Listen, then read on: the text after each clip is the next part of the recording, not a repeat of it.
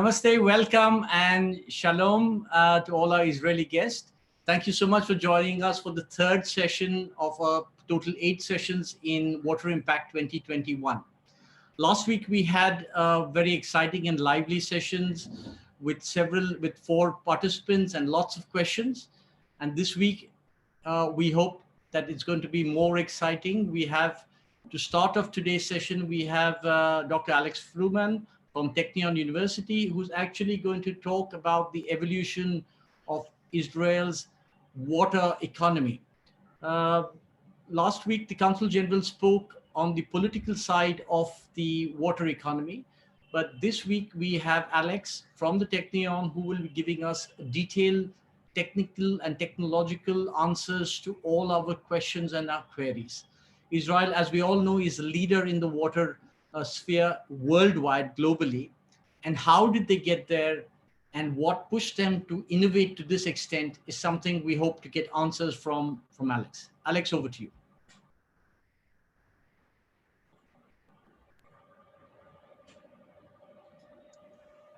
Thanks, ROMIEL, and welcome everyone. Thanks for having me here.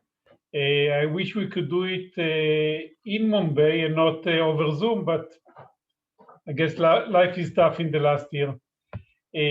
So my talk is going to be not really a pure technical type of talk. It's going to be more like almost a history lecture. I'm going to try to show you the evolution of the water state in Israel over the past less than 100 years. And using the data that I'm going to show, I'm going to try and explain or give you an insight into how we came to a stage where on one hand, we're living in the desert, on the other hand, we're living in a relative prosperity in terms of water, and being practically the only nation on earth that uses more than 100% of its natural water resources.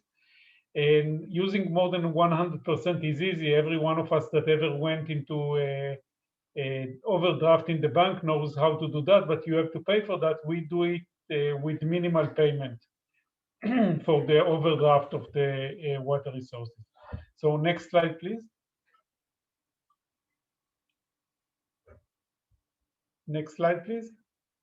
Okay, so just a very brief introduction for where I'm coming from. The TECHNION is located in Haifa, in the north of Israel, about 100 kilometers north of Tel Aviv.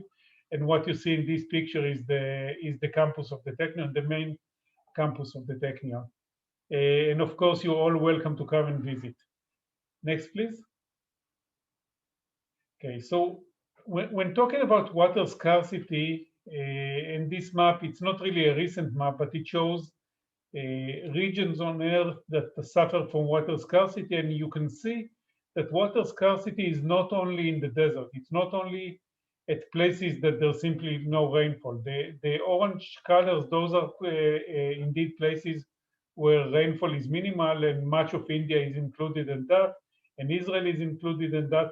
But you can see that much of the rest of the world also suffers from water scarcity, and it's not necessarily what we call physical scarcity. Sometimes it's scarcity that comes from economics. For example, groundwater can exist a few meters below ground, but you do not have the resources to use those water. So that's one type of water scarcity that is very popular in much of the world. In other places, scarcity is not physical, it's in terms of water quality. There's plenty of water, but the quality is horrible. So water scarcity is not something that is unique to Israel. It's relevant for much of the world, including major parts of India, and of course, other regions of the US, of Australia, of North Africa, all Africa almost. So it's a problem that we need to solve locally, but also globally at the same time. Next, please. Okay. This figure shows the development of water use. Specifically here, it's for the Mediterranean, but the picture is very similar to almost every part of the world. Somewhere in the last 100 years or so, the population of the entire world increased quite dramatically. And due to that, we started to use more and more water for agriculture. We use also more water for industry and more water for municipal use just because the population grows, but the dramatic factor is the water used for agriculture. The picture in Israel, and I'll show similar pictures in the next few slides, is very similar, maybe the proportion slightly different, but Israel also experiences a dramatic increase in the need for water. Next, please. So just to give you a little bit of perspective, the annual rainfall in Tel Aviv is a bit more than 0.5 meter per year. Just for comparison, London is almost the same, just about 10% more. Jaipur is, again, just slightly more. So it's not really unique in the world. Mumbai, of course, is dramatically more wetter than Israel. So the question is, what makes Israel a desert or a region that is considered arid or semi-arid? And this is not only rainfall. What makes Israel to be in a desert or in a semi-arid region is the combination of relatively low rainfall, but also extreme evaporation, very, very large evaporation. Just to give you a proportion, and I apologize that some of my slides include wording in Hebrew, but what you see on the right is a map of potential evaporation in Israel.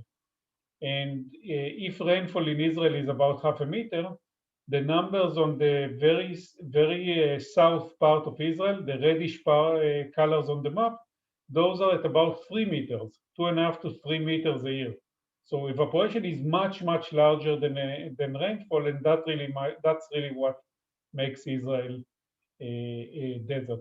It's not only the raw number of rainfall, but it's also the distribution of rainfall, and of course the other side, which is evaporation. Next slide, please. Okay, so just to give you a little bit of perspective, Israel and India, or India and Israel, India is about 150 times larger than Israel in terms of land. Rough numbers, don't pick the exact proportion. And it's also close to 150 times larger in terms of population. Sport is another thing.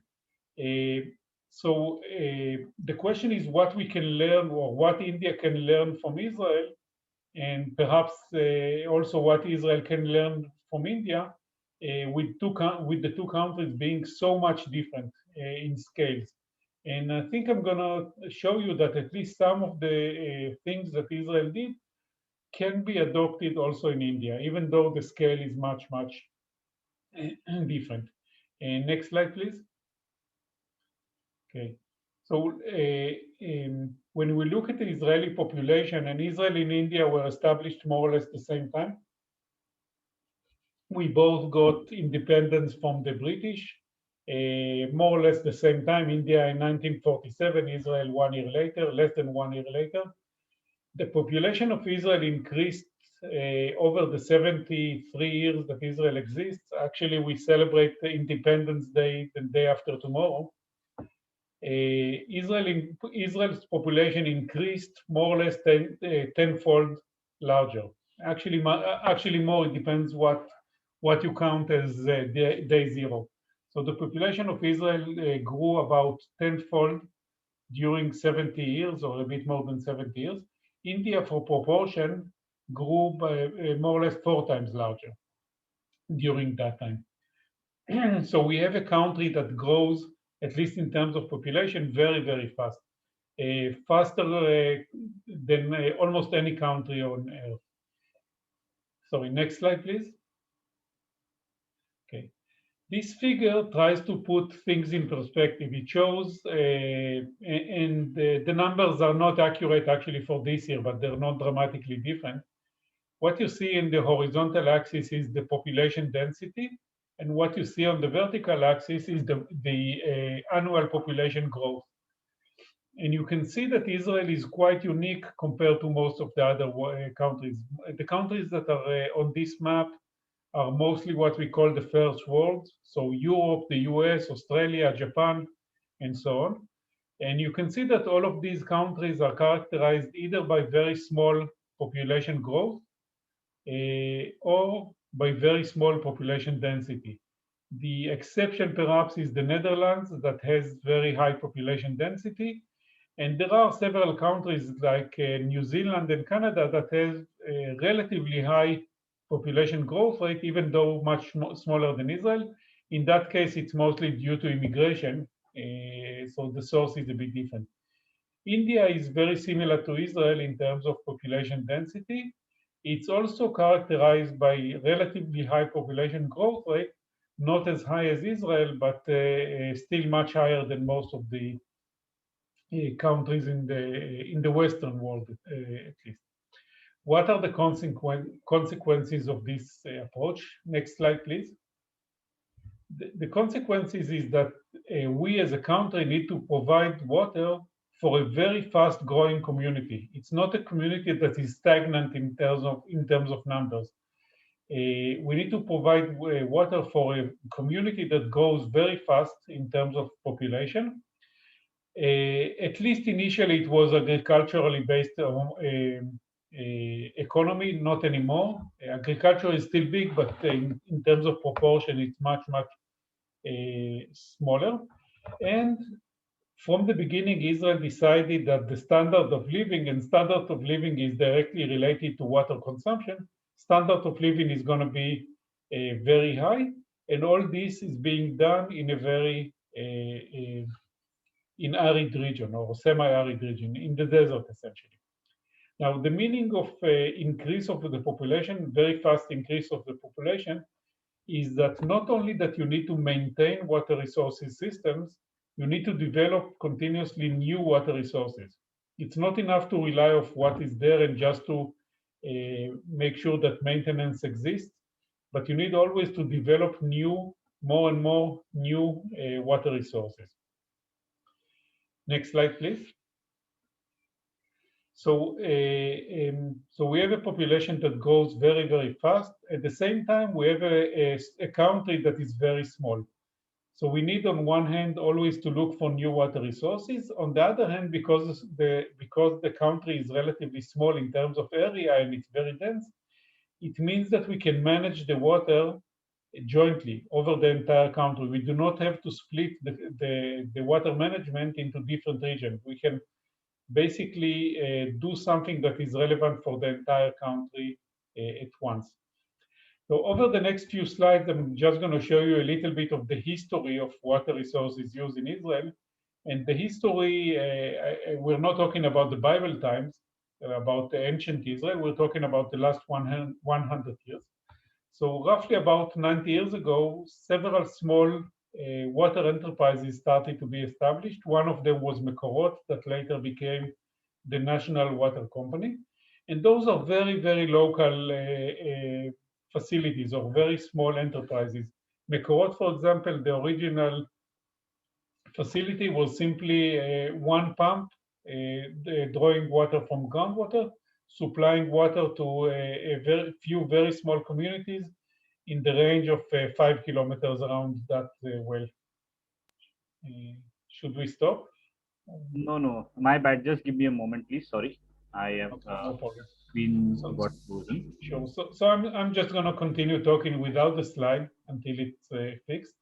So the beginning was about 90 years ago with very, very small local enterprises, each serving very, very small community, which is more or less what exists in most of the world. Most of the world, the water resources, water supply systems are very, very local. Very different than what we have today in Israel, but the beginning was very similar. Okay, let's see if it's back. Okay, so next slide, please. Okay, so this picture is really a joke. This is the dam on the Sea of Galilee. It's a very tiny dam. I'm not sure you can see the scale, but it's really something of the order of a couple of meters high and very few meters wide. And the Sea of Galilee, and I'll show that to you later, is one of the major water resources of Israel. So why am I showing that the tiny picture? Because this tiny dam that was established again almost 90 years ago indicates the first time that Israel, not even established at the time, this is prior to Israeli independence, but this is the time that Israel started to control its natural resources, not only to use whatever is available, but actually to control it. And what we can do with this dam, even though it's such a tiny thing, is make a decision if we store water in this reservoir, in this big lake, or just release the water to flow down the stream. So even though it's a very tiny thing, it marks the beginning of really national type of thinking, or in this case, it's not national, it's just regional, but a very large or regional scale planning in terms of water. Next slide, please. So later on in the 1950s, that's already after the establishment of Israel, Israel started different activities related to water. In this specific case is drainage of a big swamp that was for the purpose of agricultural land, not really for water, but at the same time, it reduced quite dramatically the evaporation in this water region. Next slide, please. During the 1950s to through the 1970s, there was major effort drilling for groundwater. This is quite similar to what was done almost anywhere else in the world. After the invention of the high-capacity pumps at the beginning of the 20th century, all the world started to use more and more groundwater. And during those years, Israel established groundwater as the major water source, major freshwater source. Next slide, please. In 1955, 7 years only after the establishment of Israel, Israel opened a major pipeline that delivers water from the center of Israel to the south of Israel in a relatively large water pipe systems, pipes of about 66 inch, relatively large for the time. So Israel starts as a very young country, deliver water from one part of the country to the other. The reason was that Israel wanted to develop the south of the country, which is already a desert. The center is a semi-arid, the south is already an arid region. So that's a major project already established after 7 years for the country. Next slide, please. And in 1964, the national water carrier is opened. And again, think about it, this is, Israel at that time is only 16 years old, very young country. In this case, it's a water system that delivers water from the Sea of Galilee. You can see it at the top of the picture, and connecting to the pipe that we showed in the earlier slide. A pipe of 108 inch, so more than 2.5 meters in diameter. That's something that at the time was one of the largest in the world in terms of size, and that's for a country that is less than 20 years old. That 50 years prior to that, this region had really nothing, no real technology. It's not only a large pipe, it's also pumping water from the Sea of Galilee that is roughly minus 200 meters below sea level up to the level of Tel Aviv, which is a few meters above sea level. So it's also a dramatic power that needs to be delivered into that system. Till this point, everything that I described was maybe a relatively fast development, but it's quite conventional. This is what most countries are doing when they develop their water resources. You pump for groundwater, you use lakes, you build the water delivery system. This is not unique. It's perhaps impressive for a small country, but it's not unique. Next slide, please. And then we get to the 1980s, And practically by that time, we used all the natural water resources that we have in the country. Every single drop in the country is being utilized, and the population continues to grow. It grows both because we have relatively high birth rate, but also because of very large immigration, and we need to develop new water resources. And the solution developed in the 1980s was the use of wastewater.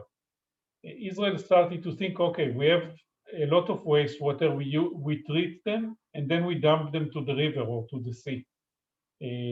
Why not use the same water? And this was a major change, and Israel today is the leader in reuse of wastewater.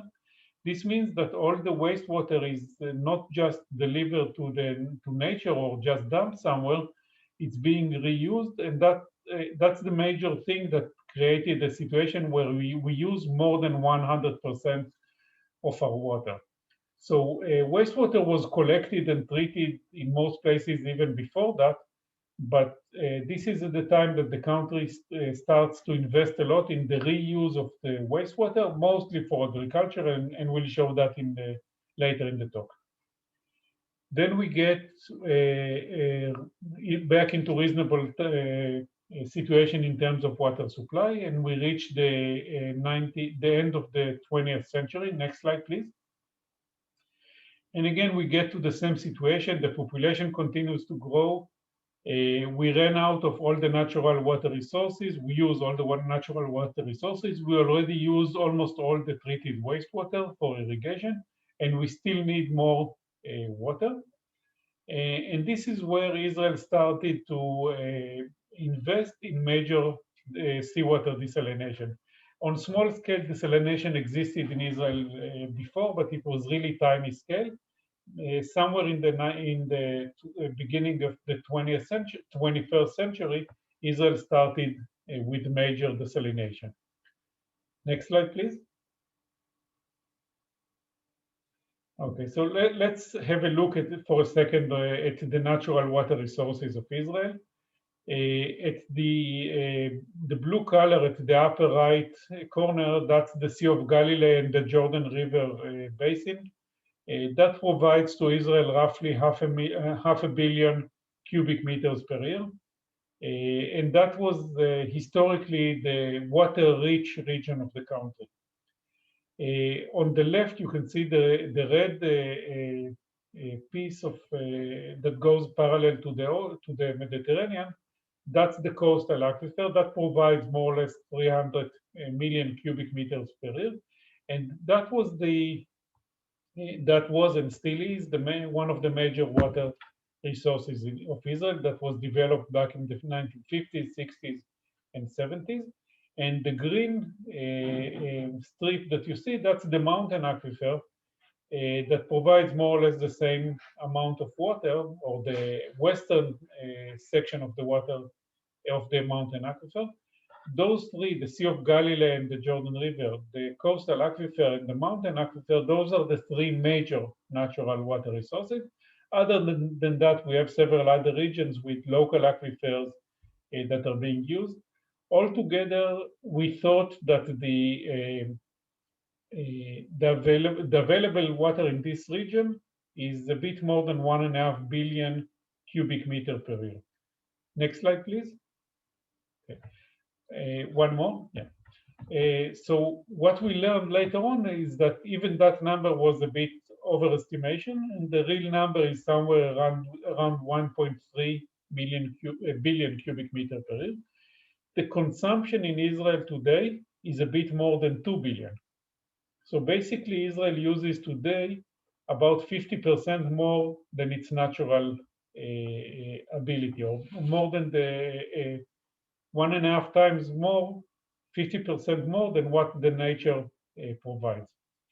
And this comes really from the reuse of wastewater and from the major desalination. Next, please.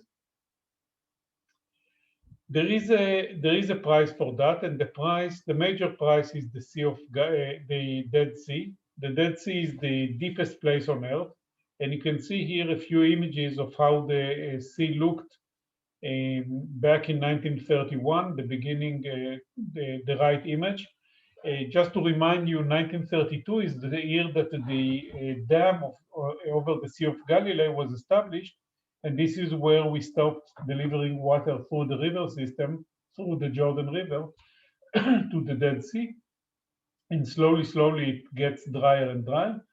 And you can see on the left one, which is already old, it's now even much smaller, that the Sea of Galilee now captures less than half than its original shape.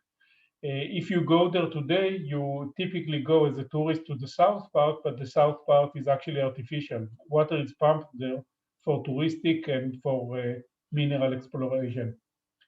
Next one, please.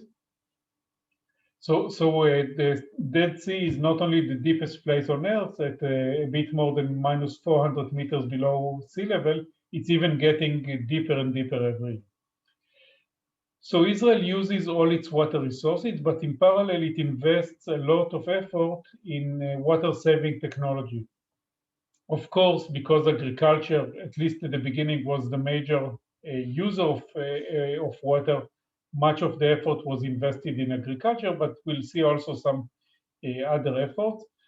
I'm guessing you're all familiar with the drip irrigation that was invented in Israel by Kibbutz Netafim. And the general idea with drip irrigation is that you do not irrigate land, you irrigate the plant. You do not need to wet the soil, you need to wet the region where the plant takes its water. And that's in addition to the technological effort and the technological ability to deliver very small amounts of water, the big change in concept is that you do not irrigate land, you irrigate plants. And that's something that most farmers in the world were not familiar with this concept before. So Israel developed and invested a lot of effort in technology to use much, much less water. I'm going to show just a few pictures to show that. Next slide, please. In parallel to that, Israel invested also in technology to save water at the household level. And I don't know if you're familiar with the faucet, with the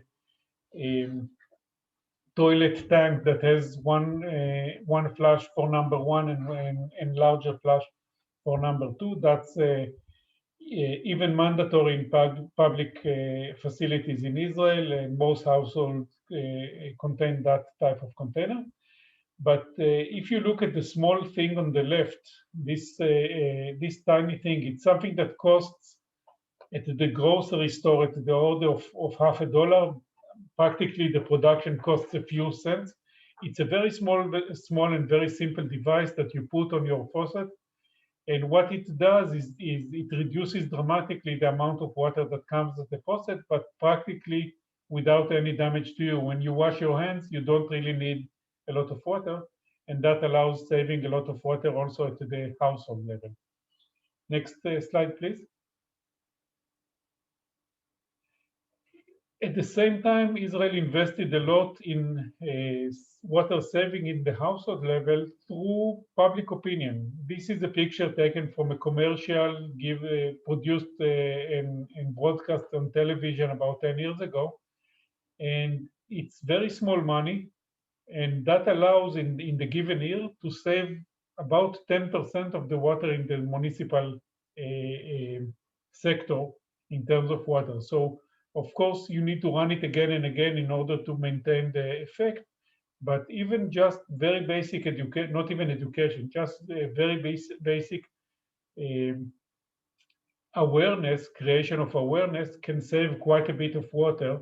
And Israelis are known to, compared at least to the US or to Europeans, to use much, much less water even in the household. Next one, please. There's also a lot of technology invested in parallel in agriculture. For example, the small device that you see at the bottom right of this picture, it's a tiny device that costs nothing that you put around a tree in an orchard, and it measures the diameter of the tree. And according to the measurement, you know if the tree is thirsty or not. It measures very, very tiny, less than a millimeter changes in the diameter. And according to that, you can understand if you need to irrigate or you do not need to irrigate. What you see, for example, on the upper right picture, those are tensiometers connected to an irrigation computer. And you irrigate not because it's Tuesday, but you irrigate because the plant needs it, corn in this case. There's a lot of effort invested in other means of what we call today precision agriculture to try to collect data and irrigate or fertigate according to the actual needs and not according to a pre-planned program for the farmer. Next one, please.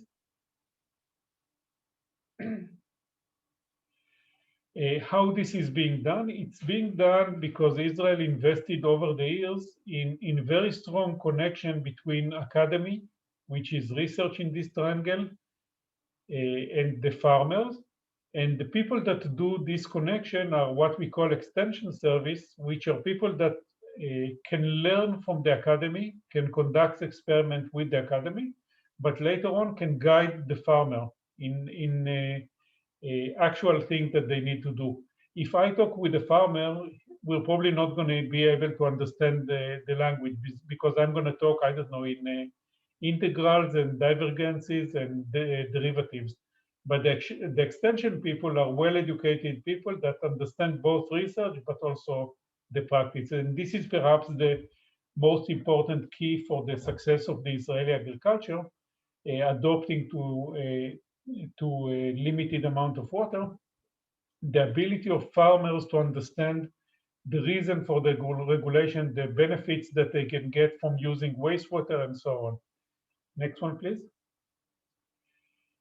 So if we look at water use efficiency, and this figure is mixed, is Hebrew and English, but what you have in the red plot is the yield over the years, and the blue is the water use, and practically you can see that the yield continues to grow even though the water use is almost the same since the 1970s. And if you look even more precisely at water use of fresh water, you can see that even though the water use or the use of fresh water was much, much smaller, the agricultural yield increased quite dramatically over those years. Next. Okay. I think we can skip this one. Next, please. Okay. So one of the things that we learned over the years is when you have a region that is thirsty for water, there are several things that you can do. Every one of them has a different cost. And by far, using treated wastewater and reducing irrigation or making irrigation more efficient, those by far are better than desalination or any other mean of water collection. So Israel decided, as we said before, to invest a lot in treated wastewater, in the reuse of wastewater, and later on desalination. What you see in this figure is simply the development of the use of treated wastewater and of saline water, actually. The green is saline water, the pink is wastewater, and you can see that it all started in the late 1980s and slowly developed and mostly replaced fresh water for irrigation. Next, please. And here you can see it even more dramatically. The green line shows freshwater for agriculture, and you can see that it dropped quite dramatically somewhere during the 1990s. And instead of that, we started to use marginal water for agriculture, mostly treated wastewater. Next, please. Yeah, and that's just a public opinion slide for the quality of the vegetables. Next, please. Okay, one specific thing, and I'm going to just show it briefly here because I'm going to give a full talk about this one in 2 weeks, is in the process of purifying the wastewater, one of the things that we use is soil aquifer treatment. And in this one, we use the soil actually as a treatment facility. Some would call it nature-based solution for wastewater treatment. And again, just the basics is to treat the water through the wastewater and to store the wastewater, the treated wastewater in the subsurface, and that way you benefit from very small evaporation. Next, please. And we can skip this one too. That's whoever is interested can join the talk in 2 weeks. The last thing that we did in terms of generating new water resources is desalination, starting in the more or less at the mid 2020s, so about 15 years ago. And you can see the kind of reddish color that shows the development of desalination water in the total consumption, in this case, consumption of domestic water. And you can see that in terms of domestic water, it's now more than half the water that goes to the domestic sector comes from desalination. Next, please. So we have at the moment along the Mediterranean several major desalination plants. Some of them are the largest or close to be the largest in the world. There's an annual competition. Sometimes Israel has the largest, and then the next year Singapore has the largest. But generally speaking, in Israel, more than a third of the total water consumption comes actually today from desalination, from seawater desalination. In parallel to that, we have also small-scale desalination of brackish water. Next, please.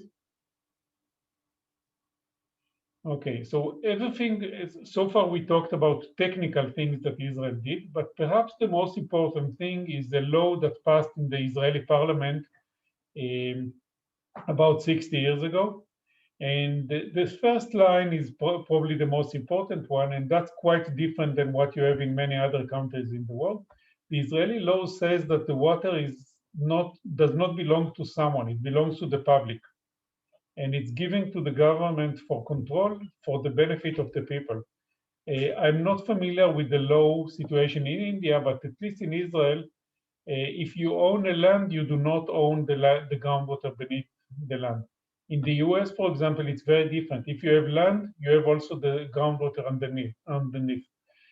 This very simple law allows the government to act as a national facility to improve water situation all around the country. Next, please. Okay, so we can skip this one. We talked about it before, and we can skip this one as well. Next one, please. And I'm almost at the end, so let's try to kind of summarize what we've seen that Israel did over the last 70 years or a bit more. First of all, we looked at water resources development, where the first 2 points, the first point is quite trivial. Everybody in the world is doing more or less the same. But Israel uses a lot of marginal water as well, which is typically neglected in most other places.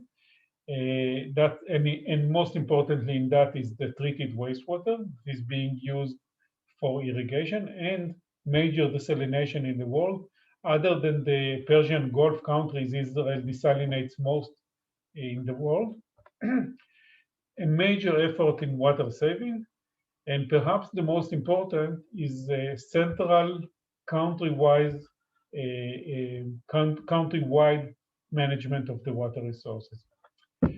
And that's more or less it. I think it's a bit more than what I thought in terms of time, but thank you very much.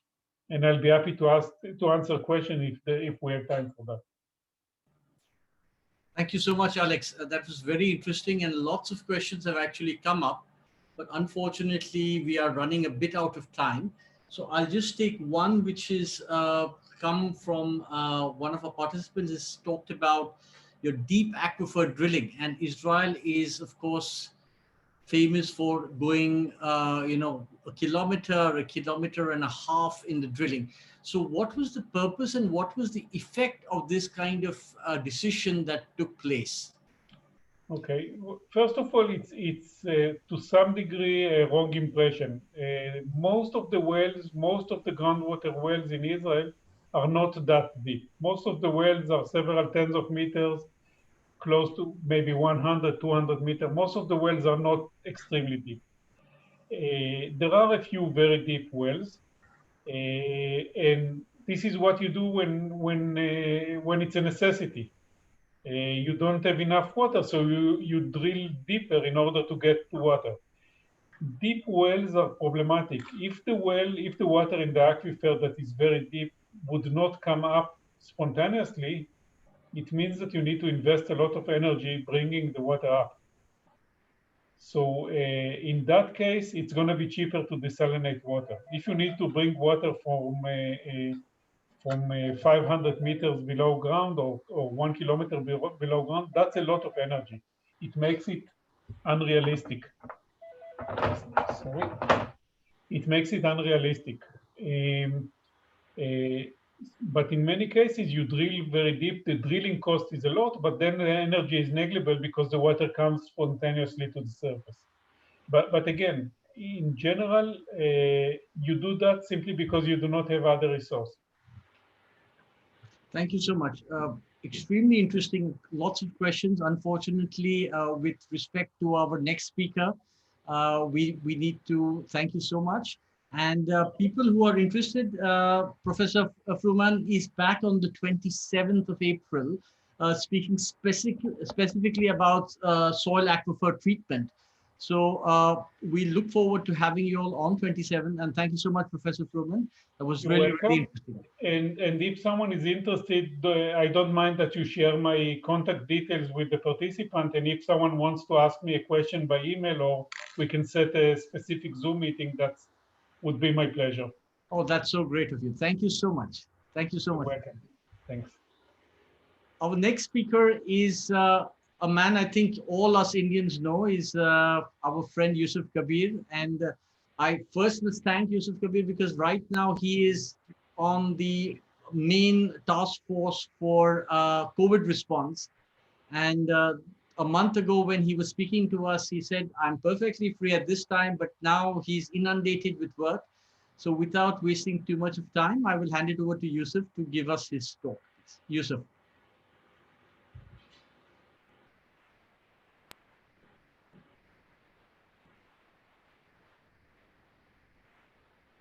Yes, am I audible? Yeah. Good evening, I believe, from India. I can see some of the participants, they may be from outside India. And first of all, thank you, Mr. Samuel, Director, Indus Water Solution, and also Dr. Samir Kulkarni, Director, Innovation, MUIDEAS from Mumbai University, for inviting me in such a interesting week-long, I believe, water impact solution discussion. So today I am going to speak about a state that is state of Maharashtra.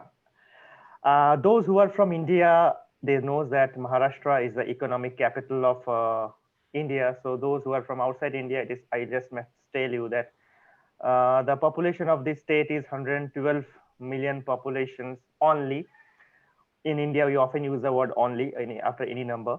And let me tell you that there are only 7 countries in the world who has population more than Maharashtra.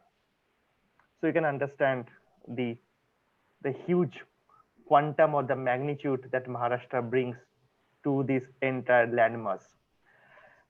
So my topic is climate resilient and sustainable option for rural water supply in India. Now, why I am using the word climate resilient? By nature or by blessings of God, whatever you may say, Almighty, we have 9 agroclimatic zones in Maharashtra.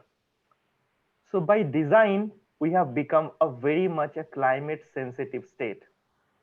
So when we speak about 112 million population with more than 40,000 villages and more than 400 urban local bodies, it becomes so difficult and at the same time critical to reach out to them with the potable water supply, considering this climate variability. When we say the climate variability, Maharashtra is facing a huge challenge in terms of decreasing number of rainfall days. We are getting unseasonal rains, we are getting hailstorms, we are getting cyclone. One part of Maharashtra is facing drought, and at the same time other part of Maharashtra is facing flood. So you can understand we are going through a uncertainty, and within that uncertainty, Government of India, Government of Maharashtra wants to give portable tap water connection to each and every household. So my presentation is largely restricted to the rural water supply in India. Can you go to the next slide, please? So Mr. Samuel told me that make the next, please. Yeah, so I'll just pause here for 10 to 15 seconds. This is taken from a very nice calendar of WSP. So what do we see here? Like a village is celebrating open defecation free status and water security for all. That means that everyone is using toilet, no one is defecating outside, water is potable, water is available throughout 12 months. So this is the photograph and the villagers are celebrating. Can we go to the next slide? Next. At the same time, in this slide also we are seeing that there is a huge kind of a movement to construct a lot of toilets, getting new water points. So we can see one person is measuring his pit latrine distance from a drinking water source, and similar way another person is measuring the same thing. And you can understand that in a country like India, population density matters when we speak about any kind of assets. So we'll get into a small quiz, what we have seen in these last 2 slides.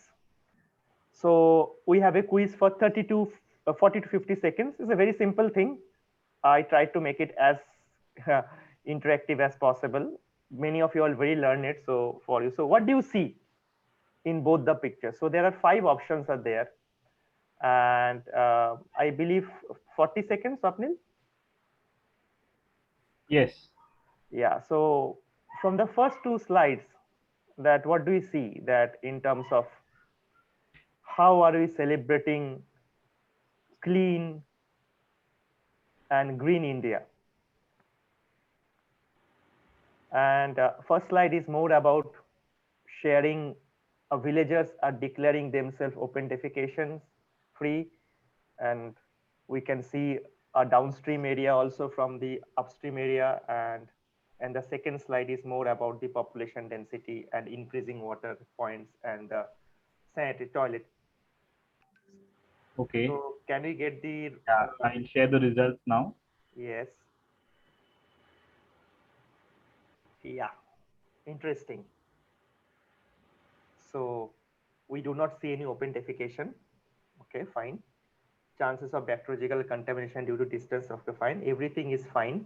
Okay, I would like to understand how everything is fine. So groundwater contamination, river stream water. So can we go back to the first slide? Sure. So I would like to understand when we have said everything is fine. Yeah. So now try to understand this photograph. What we can see a group of villagers are celebrating. They're proud of making their village open defecation free. At the same time, we can see the toilets are just on the river bank or any surface water bank. And also we can see that there are on distance, there are certain villages or habitations which are in the upstream, and this village is in the downstream. So what we see in the toilet, we see that we are more concerned about what is above the ground. We are not concerned about the toilet, what is below the ground. And any kind of sanitation program, it is more important that what is below the ground, that is the safe containment of the feces. And if we see that entire feces, when you call it as a black water, is going to the drinking water. And the same drinking water, you can see one small person is taking for the water. So for me, often I call it as a concentrated open defecation. In place of defecating in one place, you are defecating in different areas. So at the end of the day, village is no longer open defecation free. At the same time, there is no water security and water safety. And villages downstream to this village, this particular village, are also in the chance of bacteriological contamination. Can you go to the next slide? And if you see, this is very interesting thing.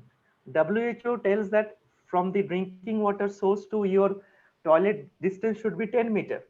So the guy with the yellow t-shirt is very happy to make it 10 meters, but he forgets that just adjacent to his house, another person is also constructing water point just beside his pit latrine. And the groundwater or the aquifer is the same.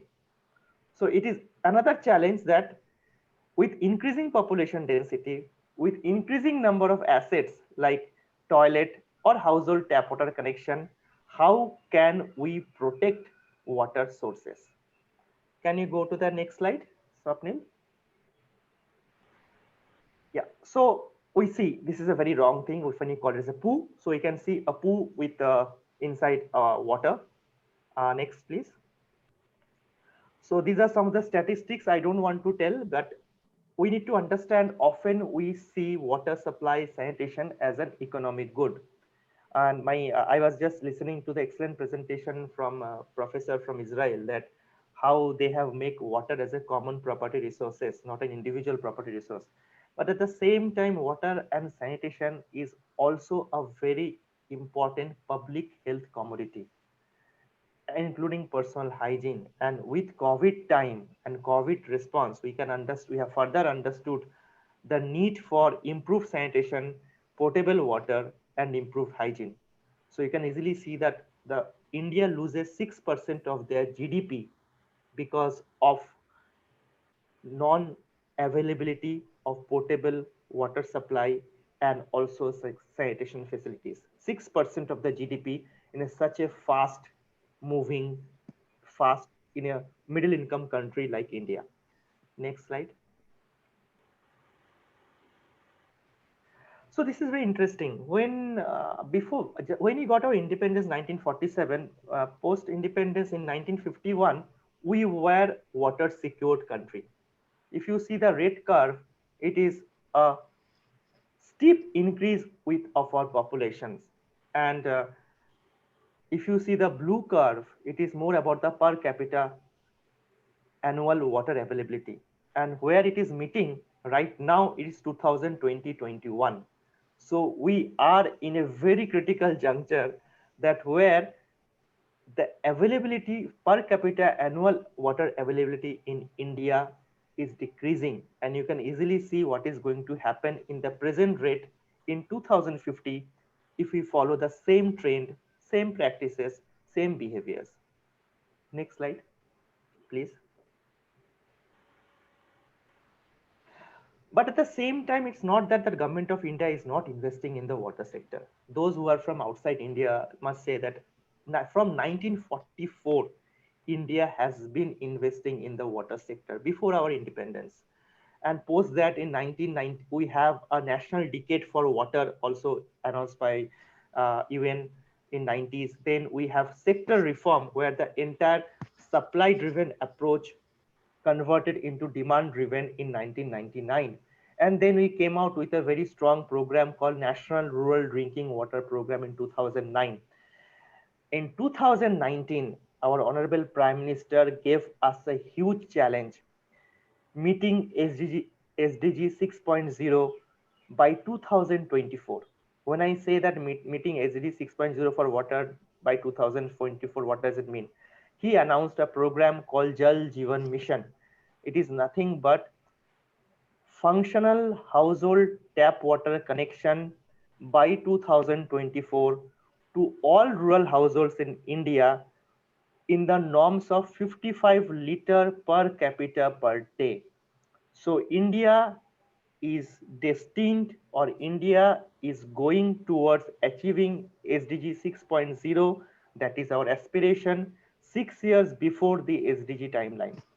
And Government of India has allocated nearly 200 $2,700 US for this entire program for next 5 years.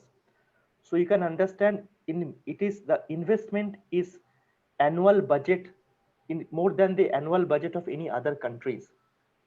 So, and this program in Indian language is known as Jal Jeevan Mission, or you can call it as a functional household tap water connection.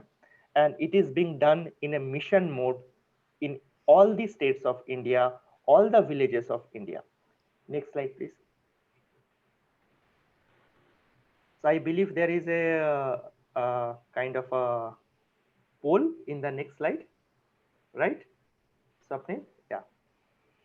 So we are getting into another poll. So this is who are from Maharashtra is very easy. I just understand that ultimately why I'm getting into this poll, I'll discuss later. So now, if you can understand, tell me that what is the basic soil or features of Maharashtra? Because we have seen known basalt, hard rock, granite, alluvial. So these are the different soil structures. Those who are a little bit unknown to these things, they can Google it immediately. We have to time for that, but don't Google for the answer. And for many of the senior officials, I can see they has worked there in Maharashtra. For them, it is just a piece of cake. But I will come to why we are asking this very simple. It may sound very silly questions, but why these simple questions? Yes, I'll be stopping the poll in another 5 seconds.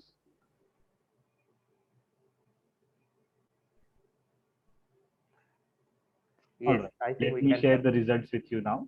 Yes. Wow. I think this is something, I think 99% of the participants are from Maharashtra.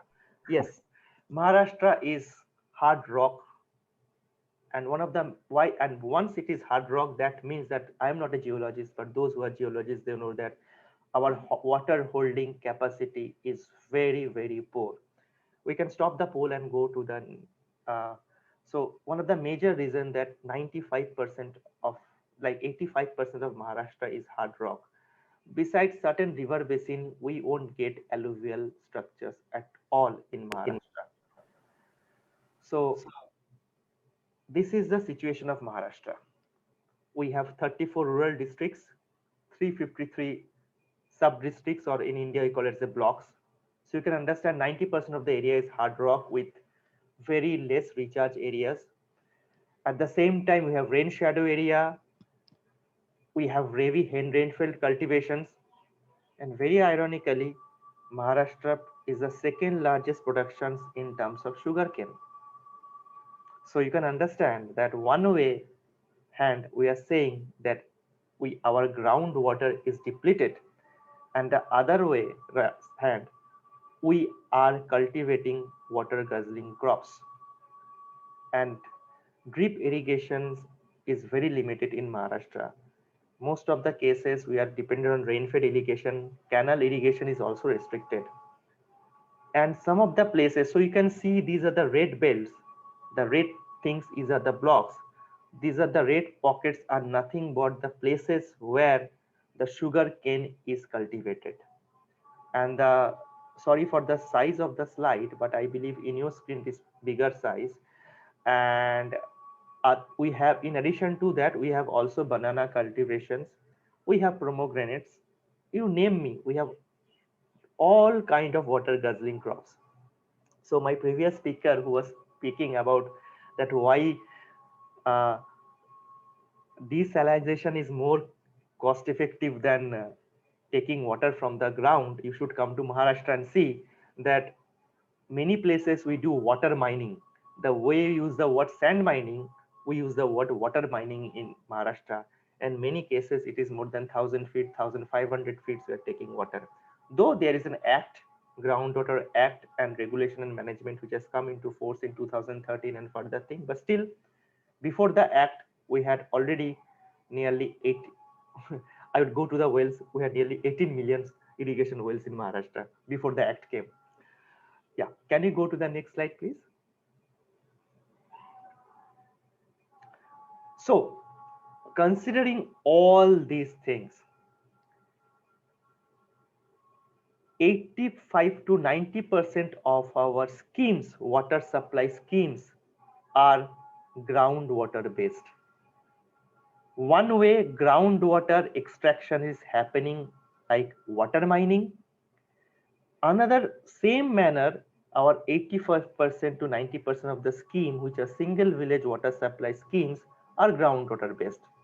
And 16% of the drought affected blocks are from Maharashtra. So it is a very peculiar and funny situation. One way we are saying protect groundwater, preserve groundwater, other, but immediately you are getting into the groundwater based schemes. And the scheme failure is very common in Maharashtra. And the climate change or the climate variability has further increased that scheme failure. I'll tell you why. In initially before 2000, before 2000 or 2005, our lean period for Maharashtra, when there's less rainfall, used to be 2 to 3 months. And then people used to get water from the tankers or from personal boats and every oil something. But the lean period, because of uh, variability in the rainfall or uncertainty of the rainfall, has increased from 2 to 4 months. So you can understand when the single village groundwater based water supply schemes failed for 3 to 4 months, the villagers are fed only through water tankers, and water tankers cost money. Government is paying a huge money for the water tankers. Don't ask me, I can share that in open platform. But at the same time, the tanker water is also not potable. Can you go to next slide? Yeah, you can click all the things together. So this is very interesting. I was just discussing about that we are so proud of constructing number of irrigation wells.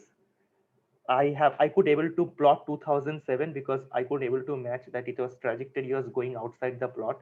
So as per the latest data of 2019-20, which Groundwater Survey and Development Agency has done, we have more than 2 million wells, and these are irrigation wells.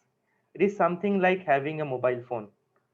I have one well, someone will say I have two wells, someone will say I have three wells. So it is a proud feeling having number of wells. And at the same time, we can see that increase in the irrigation draft and depleting groundwater situation. And majority of the blocks, the groundwater level is 5 to 10 meter below ground level.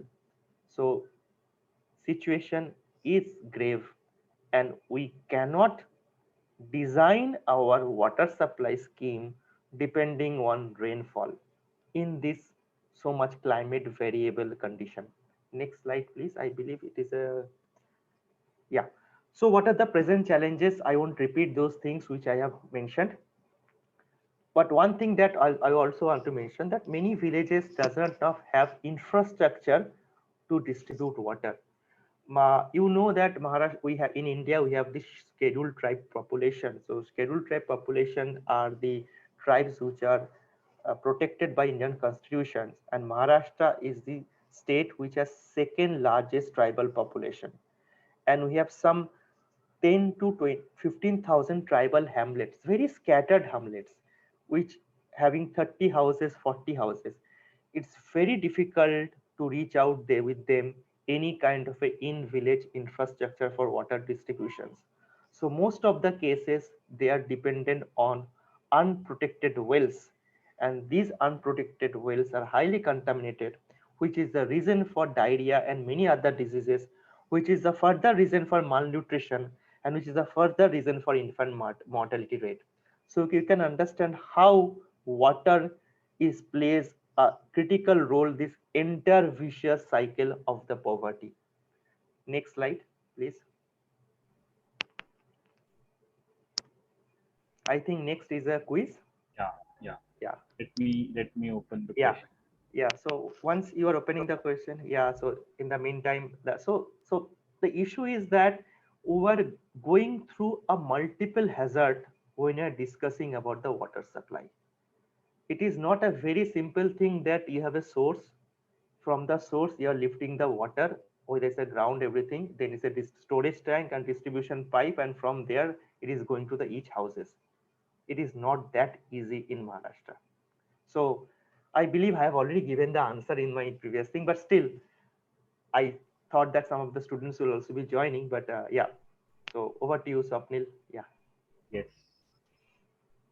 So what is the major source of drinking water for Maharashtra? I think We are getting a few responses still. We'll keep yeah. the pool open for another 10 to It 15. is the first question. Someone like a kaun banega crorepati. It's the simplest question. Okay, we'll be closing in another 5 seconds.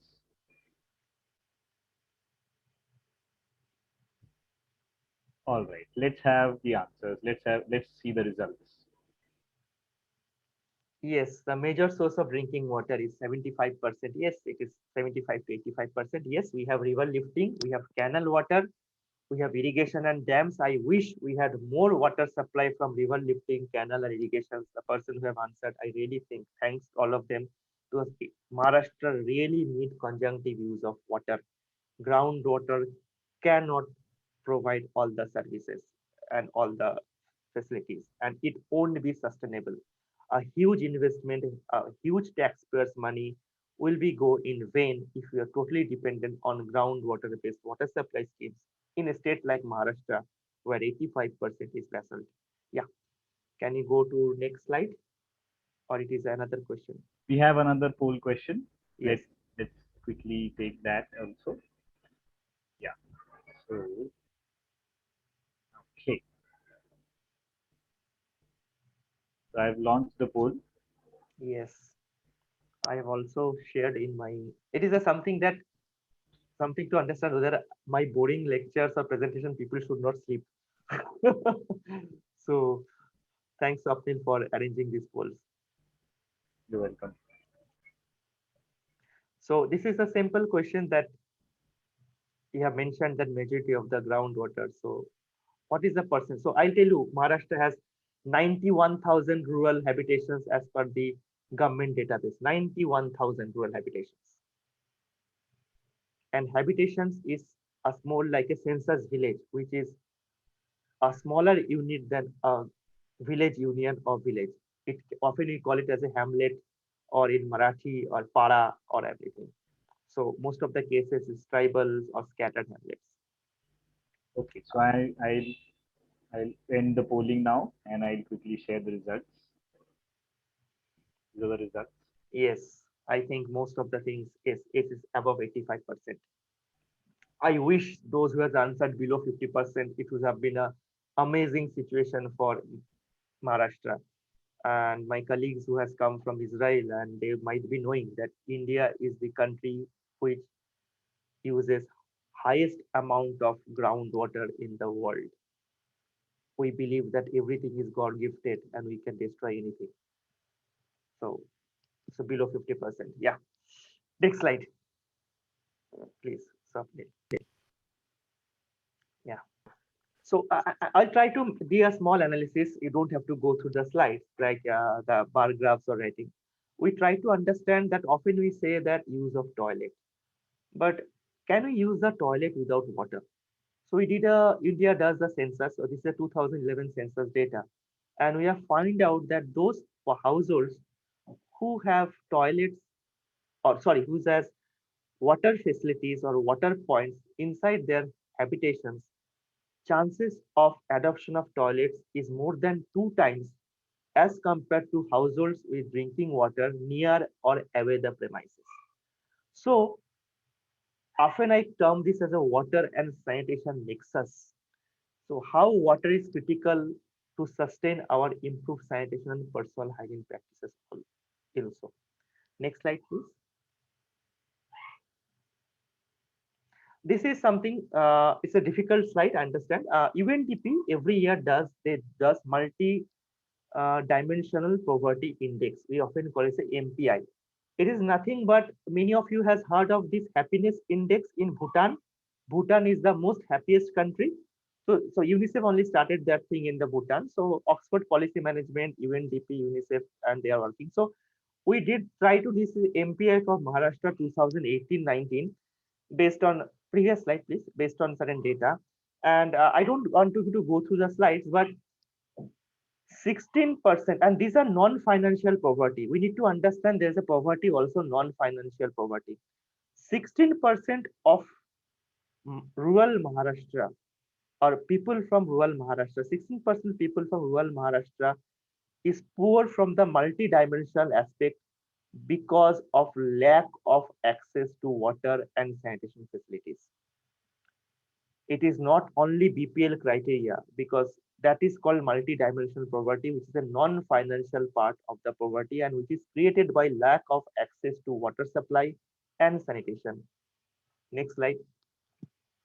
So considering all this, government of India started this program like housing, toilet, electricity, cooking gas, social security, many things are coming in last 8 to 10 years. Now government of India in thought that without potable water, you cannot realize the dream of India. And that is why this term called functional household tap connection, often we call it as a FHTC, at the rate of 55 liter per capita per day and which is portable. So for the first time, government of India is promoting water as a utility service like housing, like electricity, like cooking gas. It is not a welfare service anymore. Next slide, please.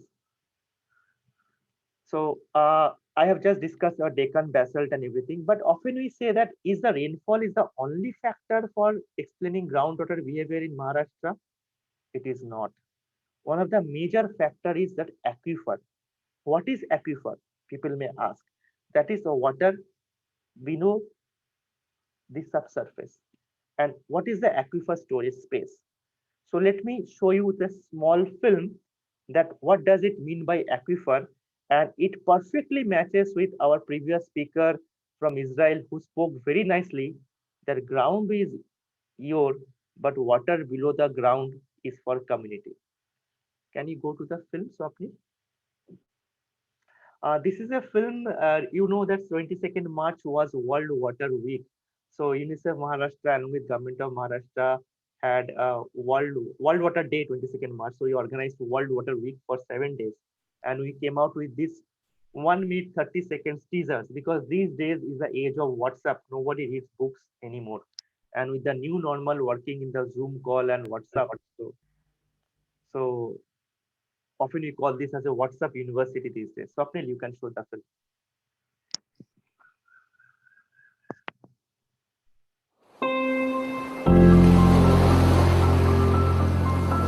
There is a subtitling in English also.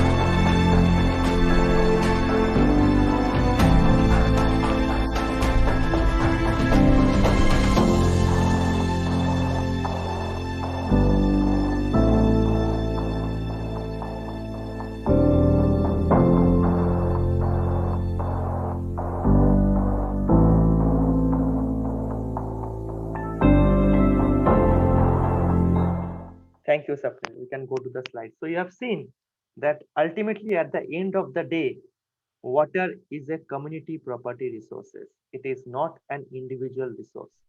So can we go to the slides, Sapnil? We also have a poll question now. Yes, Sir. yes, yes. Okay, I'll quickly put it across. Yes. Okay.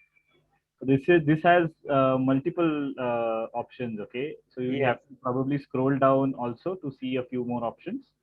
And this is a tricky question. This is the last questions of the 5 crores of Kaun Banega Crorepati. So this is a difficult question right now, little bit. So these are the functional household tap water connection, the schemes that, or the national flagship program, not a scheme, the campaign we're speaking about. So after you hear from also from whatever you hear from me in the previous slide. So what are the plans to overcome challenges? How can we do overcome the challenges? And there are some 8 to 10 options. And I'll post these things another 2 to 3 minutes. I can finish my presentation.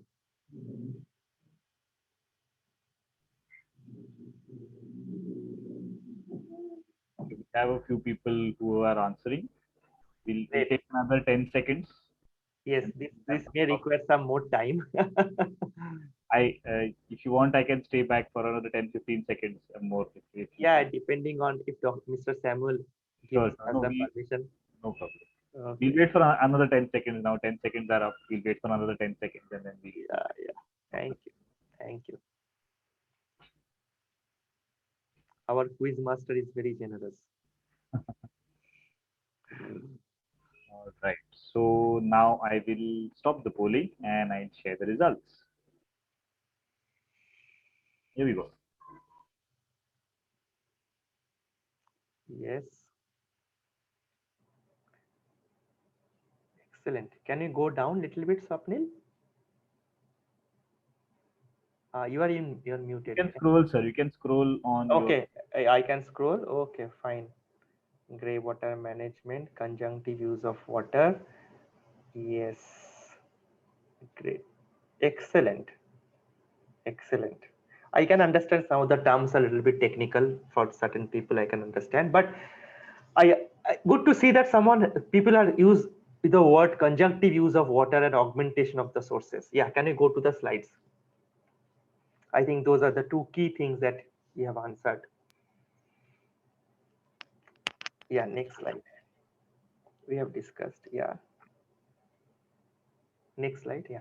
So I won't repeat this slide. This is something that if you see the table, the villages which are more dependent, or the districts or habitations which are more dependent on groundwater sources, number of tankers supplying per 1,000% is more compared to the habitations which are not dependent on groundwater based schemes.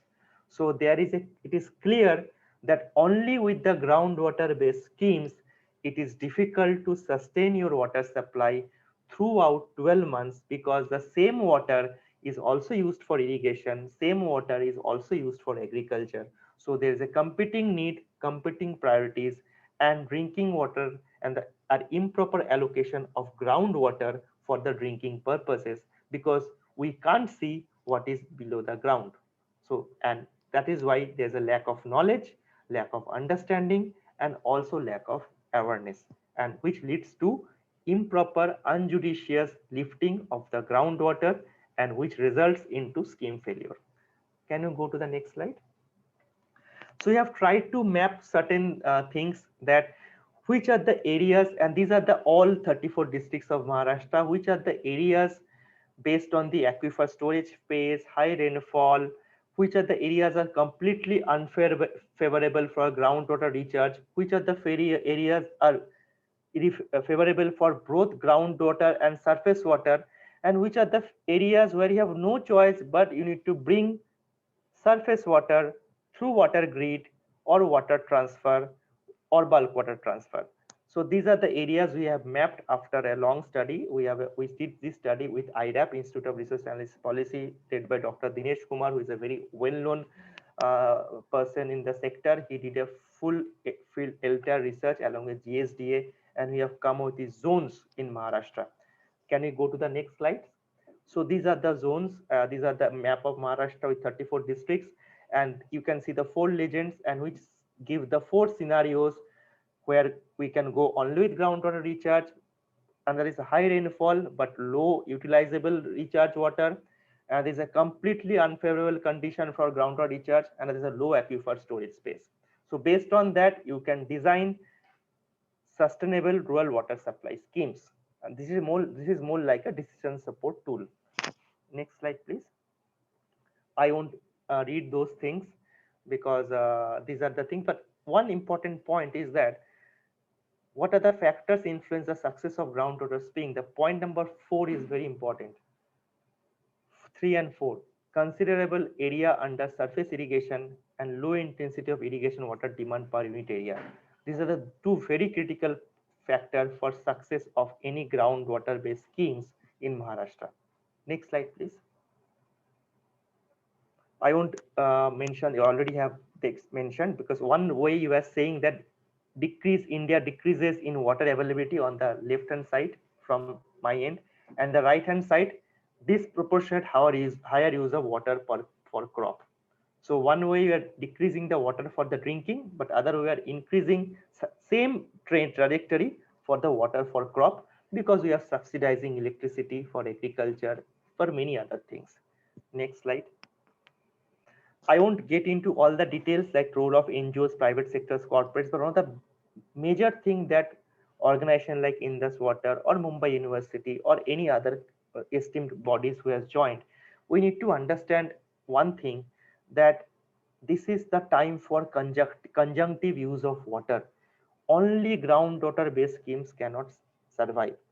And there is a need to de-risk the groundwater based source. When I say that de-risk the groundwater based source, we need to give multiple option of sources to the poor people during lean period, so that they are not dependent on only one source to drink the water. And another important point is the entire work on the community resilience. Rainfall is not going to increase anymore. We need to tell people, we need to come out with the technology, we need to come up with the options where people can understand the hazards, understand the shocks, and understanding the shocks and hazards, how can they manage to live with that amount of water supply? This is very crucial, this community resilience. Every time we have a good rainfall area, Maharashtra went for large level of cash crop cultivations.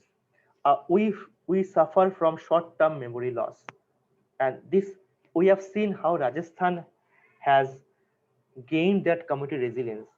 They can survive with the 15 LPCD water, with the Jaisalmer where the annual rainfall is 100 to 150 millimeter. But in Maharashtra, rainfall varies from 500 millimeter to 5000 millimeter. So it is not as bad as Rajasthan. So they have changed their way of living. So this community resilience and bringing the knowledge to the community is very critical, and transferring the knowledge to the community. Next slide, please. So these are the last slides. So we have started our program with the Swachh Bharat mission with a mustache kind of a horse. Then sanitation water came, the horse become much bigger. Then we need partners to take the horse together, and also we need community to ride the chariot and also the horse. Next slide. So when we bring all four together, then only we can achieve for or dream for a healthy India, Atmanirbhar India. Next slide. Thank you. I think yes. Thank you so much, Mr. Kabir. That was really, really interesting. Unfortunately, it was a bit extended, so there are lots of questions come, but of course, we'll send them to you by email, and we'll try and engage with all the participants so that we continue this dialogue and discussion. As I mentioned before, this is just a platform where we can all engage and share ideas. And thank you so much for sharing a very interesting perspective on how we are doing in Maharashtra and the challenges that we face here. Thank you so much. Thank you. Thank you. Thank you very much. Thank you, everyone, for joining us. It's really absolutely wonderful to have so many questions coming. Unfortunately, time being of the essence, we are not able to answer them all, but we will be, of course, writing to the speakers and writing back to the participants. That, of course, we will be doing. And we look forward to you joining us for this entire month, every Tuesday and Thursday, where we have the sessions. This Thursday, we have a senior scientist from Aquadam, Uma, who's going to join us. and of course, Dr. R.C. Jain, who's going to talk about something that is a bit sensitive, whether it is lack of management or it is lack of water that is availing India. So we look forward to seeing you all again on Thursday from 6 to 7:30. And thank you so much for joining us, and to all the speakers also. Thank you.